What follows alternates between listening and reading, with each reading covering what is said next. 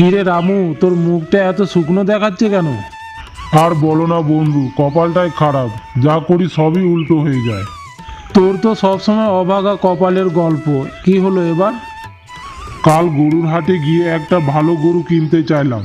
মালিক একটা গরু দেখিয়ে বলল গরু খুব শান্ত, দুধও দেয় প্রচুর। কিন্তু কিনে বাড়ি এনে দেখি গরুর মেজাজ খিটখিটে, দড়ি ছিঁড়ে খামার থেকে পালিয়ে গেল। এই জন্যই বলে কেনার আগে 7বার ভাবতে। আরে ভাই, রামুর কপালটাই খারাপ, যা করে উল্টো হয়ে যায়। হ্যাঁ, কপাল মনে হয় সত্যিই খারাপ।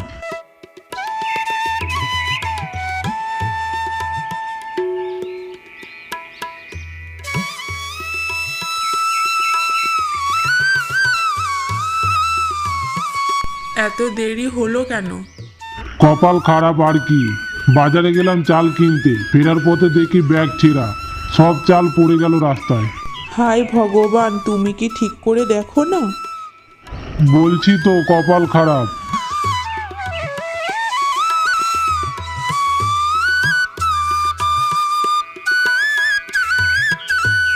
বাবা, আমার জন্য কিছু এনেছো? তোর জন্য খাবার আনছিলাম, কিন্তু রাস্তার কুকুর খেয়ে ফেললো।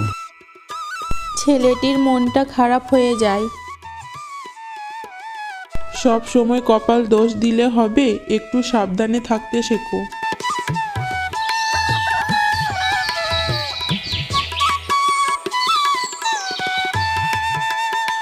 রামু বাজারে যায়, হঠাৎ রাস্তার মাঝখানে একটি থলে পড়ে থাকতে দেখে।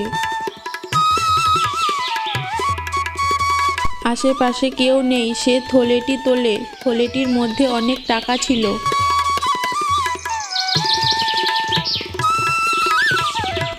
এত টাকা কিন্তু কার?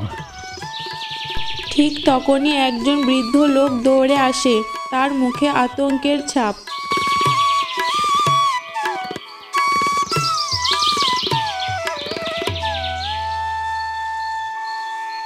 বাছা, তুমি কি আমার টাকা দেখেছো?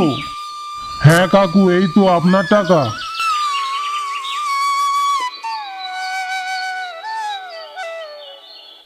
ভগবান তোমার মঙ্গল করুক, অনেক কষ্টে জমিয়েছিলাম, হারিয়ে ফেলেছিলাম। সঙ্গে থাকা এক মহিলা রামুর প্রশংসা করতে থাকে। সত্যিই রামু, তুমি সৎ মানুষ। রামু মনে মনে ভাবে, কপাল কি সত্যিই খারাপ, নাকি সে নিজেই ভুল ভাবে।